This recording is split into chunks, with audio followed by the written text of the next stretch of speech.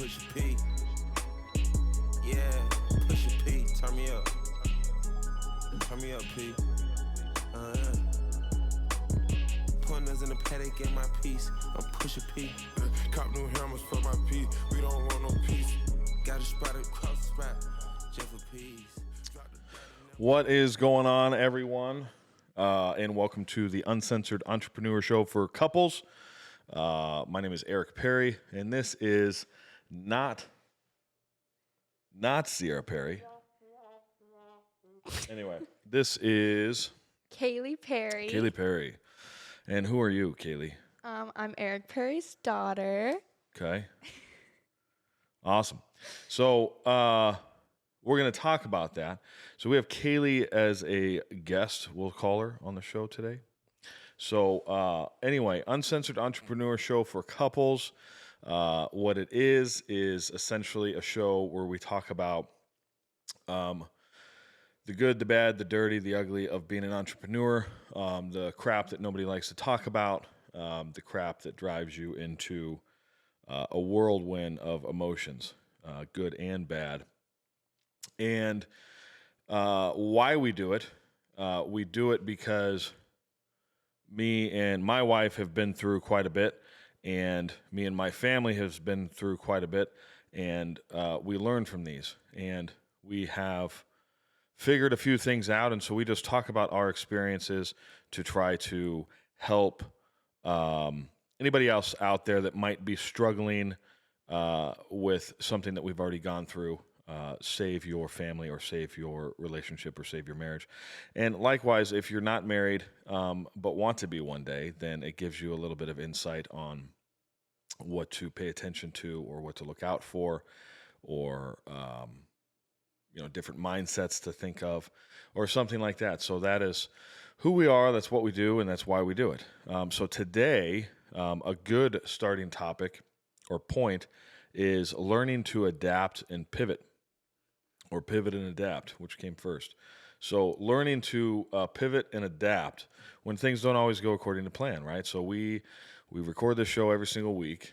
It's always me and Sierra, my wife, and this time, she has not felt good for a few days, and so she is down and out and unable to record, and we have a choice. We can just not record an episode for a week, or we can adapt and we can pivot, and we can find other ways to ensure that we're still bringing you that valuable content. So likewise, we like hearing from you. We enjoy hearing from you. Any topic ideas, any questions, comments, anything that maybe you want us to discuss, or if there's something that you're going through that you're looking for advice on. That being said, I am not a licensed therapist. So you can't sue me.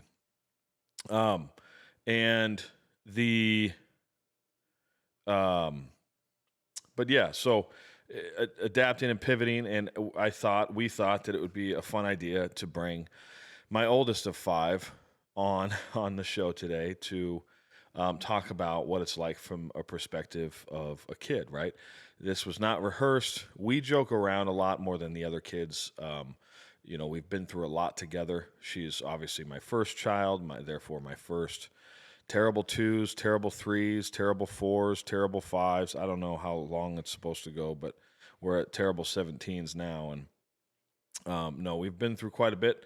And, first teenager, first boyfriend, you're a douchebag, Johnny, and all this other stuff, and, whatever else. So this is really cool. It wasn't rehearsed, and so, we'll see how much editing we have to do after this. Yeah, probably a lot. So anyway, so moving on. Sierra's fine, by the way. She'll be all right. She's just not feeling well. So why don't you explain, and this is good for like the parents out there, right? I don't care if you have 2-year-old kids, 6-month-old kids.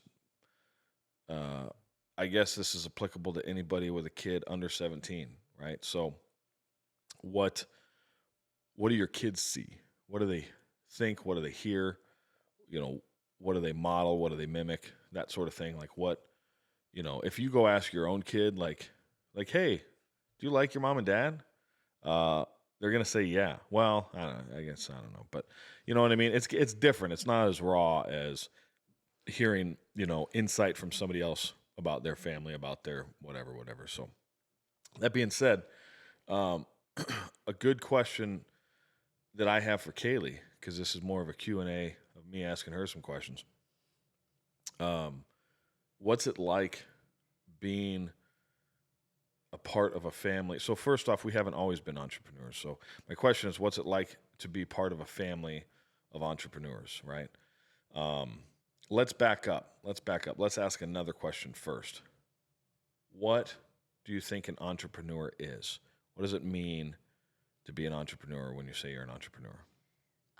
Just like the general definition that I think of is like a person who owns a business. They organize it, they maintain it, manage it, all that, and then they slowly soon like financially grow and then branch off into whatever they want to do.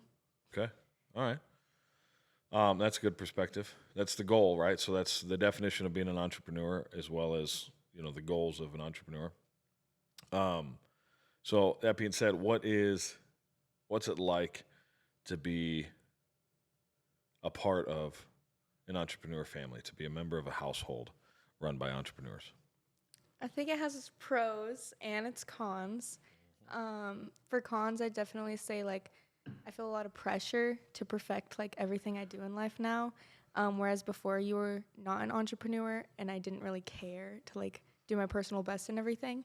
So like now I find myself like when I'm even cleaning, I'm like, gotta do it the best I can. But at the same time, like that's good because since I like pressure myself and try to be perfect in everything I do, I always have like the best outcomes. And I also think that like now you provide like such great advice for everything. Whereas like before the advice you gave me, I like didn't care for it. And now it's like, hey, I'm using the advice he gave me when I said I didn't care for it. So I know like the advice he's giving me now, I'm going to use in the future. So it just has helped me grow. Nice. So a couple things that I heard before I forget that I want to touch on that are super important for you listeners to understand if you have kids.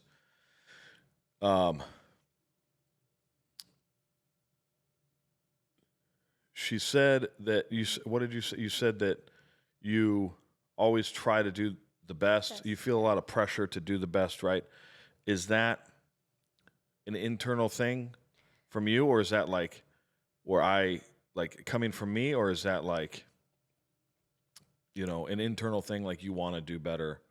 I think it's like a mix because I overthink a lot when I'm doing things. So that's why I try to perfect it. But at the same time, if I screw up something, I immediately think of you and I'm like, okay, he's not going to be proud of this. Or I'll be like, he's like all the way up here compared to me already. So now I feel even lower kind of thing. So that's all internal, right? So in other words, nothing was verbally said like, hey, you have to be perfect, Yeah, right? So, so hear that very clearly, parents. Your kids, if you want to do better for yourself, your kids will want to do better for themselves. So quit fucking around and be a better example. She's 17, I can say fuck. Quit fucking around and be a better example and, do better, be better, and your kids will naturally want to do the same. Whether that's because they, want to make you proud or live up to what they consider to be your expectations or whatever. Something goes on in their head where they create this thing where they just naturally want to do better or be better. Whether it's for them or for us or a mix is irrelevant because there's nothing wrong with being better. And then they're eventually, like she said, she ends up having better positive, more positive outcomes as a result of it. So, kind of been saying that for 17 years. Try harder and it will be easier. So hear that very clearly, parents. And also you said, oh gosh, let's see if I can remember it. It was towards the end. You were talking about, I need like a pen and paper. What was it? You were talking about be better. You were talking about making me proud. Oh, how you're listening now to the advice that I gave you years ago when you hated it. Yeah. And you hated the advice, and you're like, "Shut up, Dad." And then now you're doing things, and you're finding out like, shit, like that's what my dad told me to do a long time ago. Now I'm doing it, or whatever. So that's another important thing to listen to is your kids. Like, just because they're hard headed and they're dumbasses and they're not going to listen to what you're saying at the time when you're coaching them, teaching them, reprimanding them, whatever that looks like. Just don't give up on yourself and don't give up on them, and just keep drilling it into their rock hard head.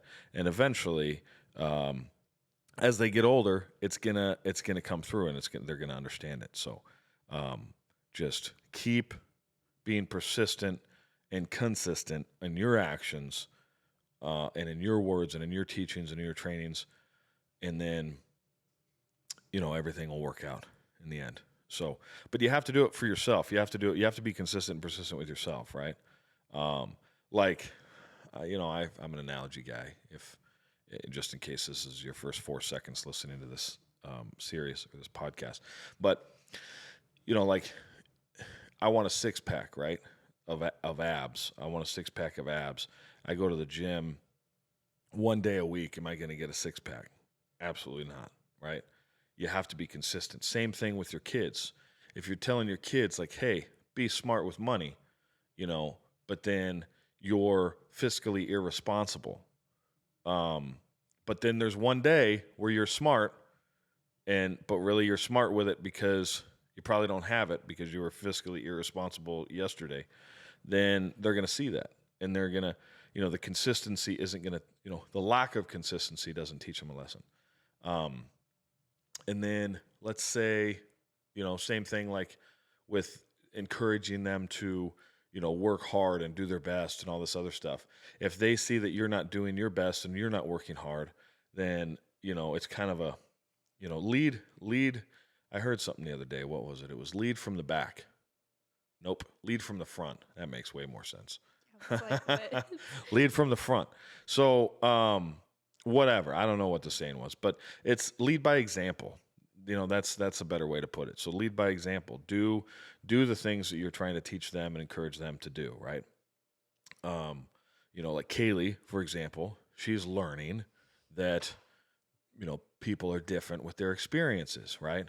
I can go out and I can blow $300 on a pair of shoes, right? And it's not fiscally irresponsible.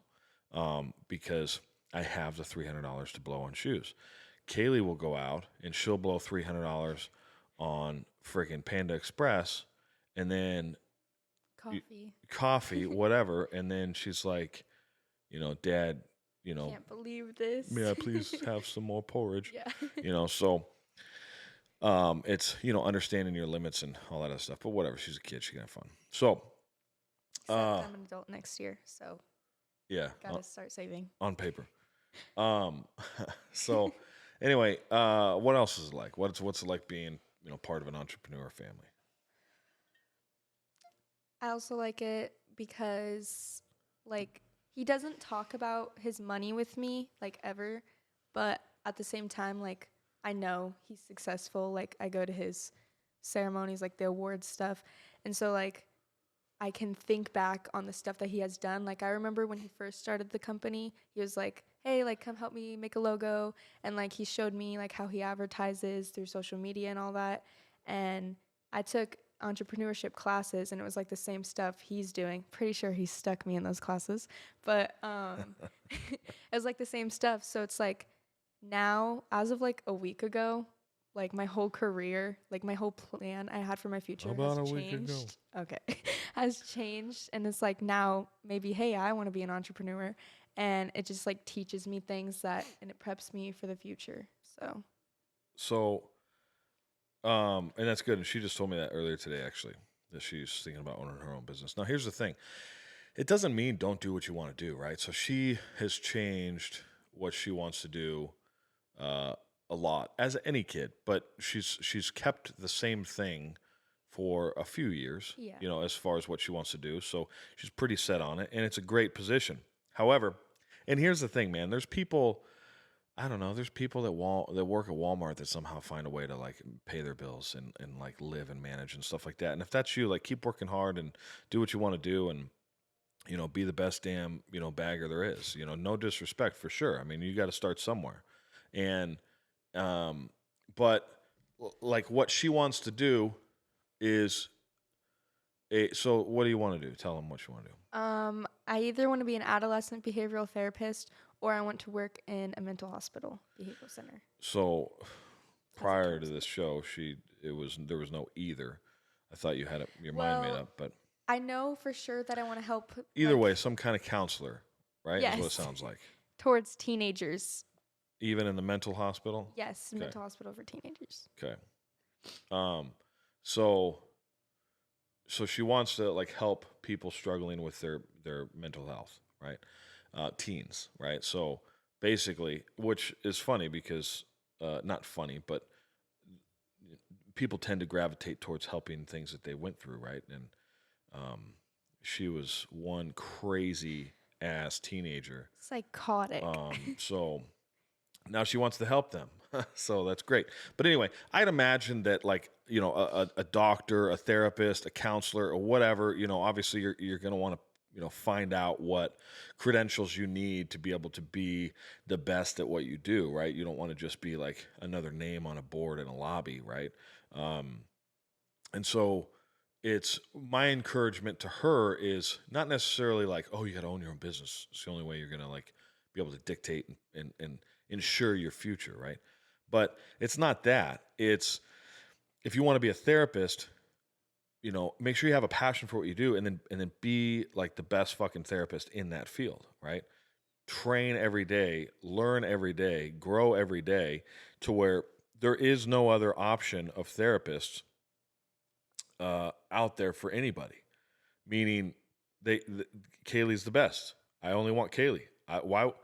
Think about it. Think of the advertisement. Hey, like I'm a therapist. I'm a pretty good one, man. I can probably help your kid feel better, be better. More than likely, he's going to be better when he comes out of my program than he is when he came in. Or take out all the probablys, more than likelies, like I'm pretty good, right?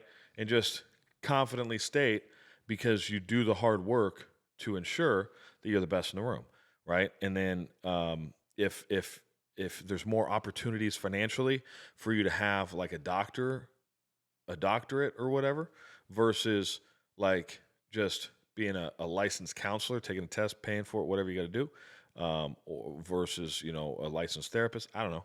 Just figuring that out and figuring out like, hey, if I'm doing the same thing, but like if I study and get my doctorate in it, I make an extra 25, 30,000, 40,000 a year. Like, why not? Right. Still do what you're doing in the process of it. Right. But always reach for bigger, better things. But then more importantly, hey, like I have such a passion. I can only see how many clients can you see? We've never talked about this, by the way. So this is on the fly school. How many? What's a typical session? Right, an hour. Yeah. Okay, so you got an 2 hour. hours. You're gonna want a 30 minutes in between, right? Each appointment, so that you can mentally, depress from the first. Yeah, and then prep for the next, and that's if you got a tight schedule. So you open up at 9, you work 9 to 5, right? That's 8 hours.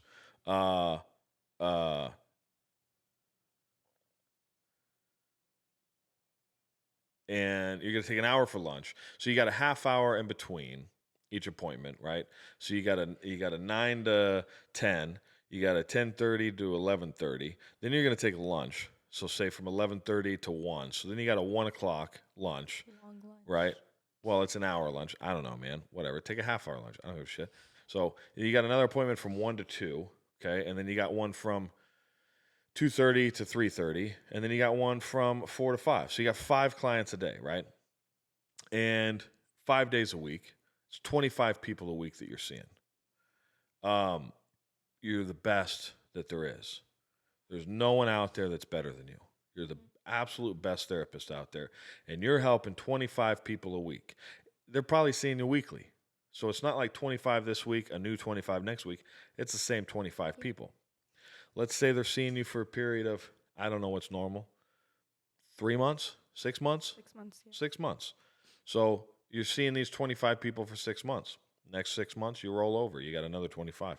You're helping 50 people a year. Does that sound like a lot? Not really. Right. No. Right. So Yeah. here's what I'm saying. You've achieved the doctorate. You're the best there is. You're hitting the ceiling. You're really passionate. You're really helping these people. You're going to, you're going to make good money, but you're going to get more satisfaction out of changing the handful of lives out of these 50 people per year Mhm. than the money, right? Yeah. So then, here's the thing. You're going to naturally want to say, how can I help more than 50 people? Out of these 50 people, say the normal is 10%. So stay normal 5 people or better. Mhm. I don't know the statistics, man. I didn't look it up, Google it. I'm just making shit up. So let's say it's 20%, right? So you got 10 people out of 50 that are typical, but you're the best. So you got a 60% success rate of changing lives, right? So, or 75% or whatever that looks like, right? So you just want to help, how can I reach more people? There's no more hours in the day. Let's say there is. Let's say you add 2 more appointments in the back end of the day. Now, and you shorten up your lunch, right? So now you're working 9 to 7 every day, 5 days a week. Do you get a vacation in those 5 days? No. Right? Or in the 6-month period, where you got to tell people, hey guys, I plan a vacation. Sorry, I'll double up your meds and, there's no vacation, right? How do you take a vacation? You can't, but it's cool because you're helping people. Yeah, I'm fine. Year 2, year 3, year 4, right? Now you're getting burnt out because you're like, man, I haven't taken a vacation. You're getting super burnt out and you're thinking, shoot, now the only happiness I get is whenever I'm helping these people, but I'm also not wanting to work because I'm burnt out. I need a break, right? So what do? Right? So then the idea is presented to where it's hey, I'm going to master myself. Because that's important. You can't just go willy-nilly and go start a company and whatever. Master your craft, master your trade, be the best that you can be the best that there is, period. Then you've accomplished that. Now, multiply it, right? Brandon Dawson says, model, mimic, master, multiply. Or maybe it's mimic, model. Anyway, model, mimic, master, multiply. Basically, be the best at, identify who's the best at what they do what they do, okay? Then master it and be better than them, be the best that there is, and then multiply those versions of yourself. So then now you're saying, hey, I need to find other people with a passion to help each other. So then you're finding other therapists that are very, very good, the best, right? Second to you. You're teaching them how to be as good as you, and you're training them and you're bringing them onto your team. And then you're creating your own practice, right? The peri-perfection, I don't know, man. I get you. We fix your kid. Yeah. .com. Not I don't that. know. Whatever. Anyway, so you start your own practice, and then you're getting, therapists that you hold at the high standard. If they don't do it the Kaylee way and they're not doing it the best, that based on the foundation that you created, then you let them go. Yeah, you flick them out the door. Them out. And then you get another one. And you find the ones that have the passion, who are in it for help. Not for money, not for them, not for anything else, but for the pure help. And then guess what happens, right? We Your help practice is growing. millions. You help more. Hundreds more, thousands more, millions more. And then you're opening up multiple locations. But guess what? That money that you didn't care about, you can't stop it from flowing in, right? By the dump truck. You know what I mean? Yeah. So what is that money doing for you? That money is giving you the ability to purchase more buildings in other states and in other locations, to then go spend money on ad spend to find the best therapist in that area, to train them the Kaylee way, to put them in there, right? And then next thing you know, you've built a mega monster that is changing lives all over the world, Beautiful. right? Yeah. Seriously. Yeah. People look at entrepreneurship as people can, if you're not an entrepreneur, if you are an entrepreneur, you don't. But if you're not an entrepreneur, It's easy to look at entrepreneurship and be like, oh man, like, yeah, they're making all the money and blah, blah, blah. Yeah. Dude, I'm stacking this cash to buy another building. I'm stacking this cash to buy another dump trailer. Yeah. I'm stacking this cash to put our team through, Cardone University for 130 grand. Goes you to know, the company. huh? All goes to the company. Yeah. It's growth. It's growth. It all goes to growth. And you're bettering yourself, you're bettering other people in the process. So, boom, school, right? Did you ever see that vision before? No, not really. Like I knew the different location things because my entrepreneurship classes. Okay. And they taught us how to advertise, and then they had us make our own business and learn how to do what you just taught me to do, like what you just told me to say. Yeah. And yeah. Nice. So it was like the same thing, but you went into more detail. Yeah, well, I was on a roll, and Yeah. now I'm thinking of starting, Perry Enterprises, and I'm just kidding. God. So here's the thing, like about her entrepreneur classes, is a funny story. This is dead true story too, dead true. She'll never believe me, but it's dead true. So she does online school, right? Because she's a rock star and she's going to graduate early, and whatever. So she, supposedly, I'm supposed to get this email, which when she started this school, I remember getting an email, and I remember having to select her like option 1 or option 2 for the classes that she wanted to take. And if there was availability in the option 1, she got it. If not, they knew what her option 2 was, and they'd stick her in that. And I remember doing that a year and a half ago or whatever when we first started the school.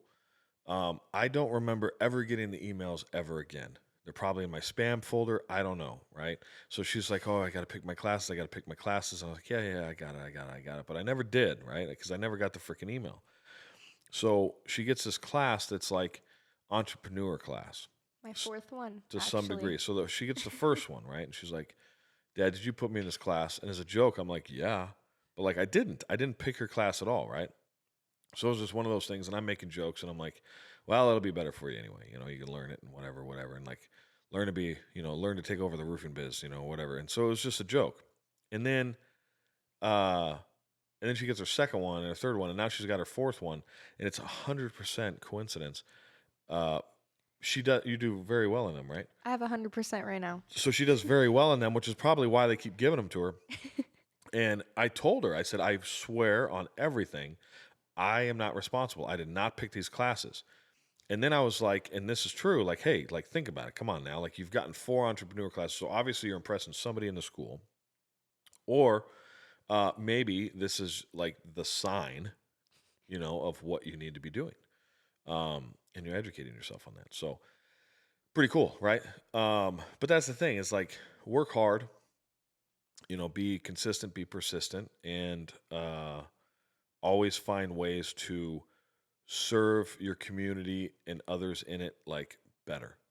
And if your mission is to help people and to serve people, whether you're employees, whether the community, whether both, then you will naturally just continue to grow, right? So Kaylee, so we go to this do better, be better. I say this all the time, right? Like, and the thing is, I'm not like, Kaylee, like, you're doing a great job. You just need always keep remembering to do better and be better. It's usually when she's like Doing slacking off or screwing something up or whatever. I'm like, dude, come on, do better. Like, be better, And that's like my reprimand talk, right? And what it reminds me of and what I got it from is we watched this, I don't know what he is. I don't remember his name. He's like a famous basketball coach. Not like a team coach, but like a strength and conditioning skills type coach, whatever. I think he was a shooting coach, right? A basketball shooting coach. I forgot his name, but he has this thing called Be Better, Be Different. Is that what it's called, right? Yeah. And ever since I heard that, I was like, oh man, that's such a great message, right? And he came to our church and he talked to the kids, the high school kids or whatever, and was talking about it. And it was like super dope. And so it stuck with me. But I shortened it up. I probably forgot what the saying was and like made something up and then was like, and it stuck with me more. But so I shortened it up and I just say, do better, be better. But what's cool is like to see like high school age is fun. Like if your kids live that long, and like you make it that far, with them, then it's fun because you get to see them like make decisions, bigger decisions, right? Decisions like that are guiding their life and all this other stuff, right? And so, um, we coach. I coach a group of high school kids at our church every Sundays, and coach is a weird term, man. Like that's what they call them as a coach, and everybody's like, "Oh, Mentor. what sport?" And I'm like, "Life," right? Which is like the hardest sport ever. Football, that shit's easy, but so basically like a mentor, yeah. So, and it's funny because like I find myself often, you're your own worst critic. I criticize myself all the time, and I'm like, what am I doing with these kids? Like I learn more from these kids than they can ever get from me, and there's no value that I can like bring them, right? And but once I start this particular group of kids that I'm with now, they're like, first of all, I'm spoiled because they're all like the best kids in the fucking world, and like it makes it super easy. Um, but like when I started coaching them, I think they were they were sophomore year, and they're graduating seniors now, so they graduate this year, and it's crazy because like I see when I started to want to do better for myself and be better for myself and my family, it carries over into everything. And I'm sure that they can probably identify, like when I went from like, you know, when I started pouring into myself, right? And so it's just cool because like this particular group of kids, like I get to hang out with them and like I've seen them grow over the years and like hearing like the things that they want to do. Those are my favorite discussions with them is like, hey, what do you want to do when you grow up? What do you want to be? That sort of thing. So, because it's not as meaningful when they're sophomores or freshmen because they have a vague or a loose idea or it changes or whatever. And it's typically like whatever they're like, you hear a lot of like what their parents want to do and stuff like that. And then, but the seniors, now they talk about what they want to do, like what their dreams are and stuff like that. And so it's cool to see. But, these kids like I guess my point in all that is like I don't know, I haven't met a lot of their parents. I have met a lot of their parents, not all of them. And I know a lot of their parents, but it's especially getting to know them after all the years or whatever. But like what I try to do is I try to do the best that I can for myself. I try to be the best version of myself for myself.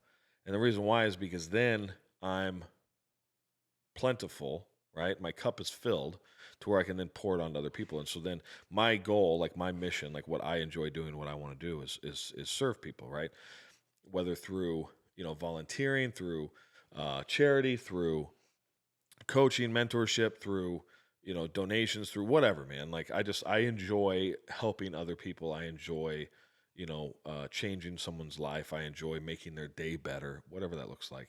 And if your kids are surrounded by that do better, be better mentality every day at home, they're gonna naturally, as they get older and they get out of that high school douchebag phase, they're gonna naturally want the same because you're modeling every day what they're doing. I mean, you got kids grow up in a broken home, the odds of them breaking themselves is pretty high, and it's just a statistic that's out there. And so you just have to make sure that you're doing everything that you can to be the best version of yourself possible because your kids see that, right? And what I enjoy is I get to also take that to my community and to my friends and to these kids at church and continue to strive to be the best version of myself, which isn't selfish because I know that by me doing that, they're seeing it and they're hearing it and they're gonna model it and mimic it and they're gonna be drawn to it. Especially it's 10 times more powerful if they have that same influence at home. So just be consistent, be persistent, in everything that you do. Especially with your kids, even if they aren't receptive to it, even if they're not listening, just keep, what's that? Beating it into them. Yeah, get it into them. Just keep beating it into them. It takes a lot of time. And they'll eventually get it. Yeah. Some it takes more time than others. So That'd be me. yeah. But anyway, that's it. That's all I got for you guys. I just thought it would be fun and exciting to come and introduce Kaylee, number 5. Actually, you're number 1, number 5. I'm It number depends 1. on which one I'm talking about. Yeah, so she's the first kid, right? When you have so many, you just start going by numbers. Especially if you're in a crowded place, like a store or something, and you just got to make sure you have them all. You just count them. So when I introduce them, like if I say, "Oh, this is Delilah," then they're like, "Oh," it's as if I think they're gonna be like, "Well, which kid is this? Like, which Yeah. number is this?" Like Delilah 3. Like, so I just say like, "Oh, this is number 3." Like this is the third one we had, which is something that I've just put in my own head apparently. So anyway, that's all I got for you guys. Thanks for listening. Again, we want to hear from you. So if you have any questions, you can always email questions@uncensoredpodcast.com. Send your topics, send your questions, send your whatever, comments. And then you can always follow our social media. We're on YouTube, we're on TikTok, we're on Instagram at the Uncensored Podcast.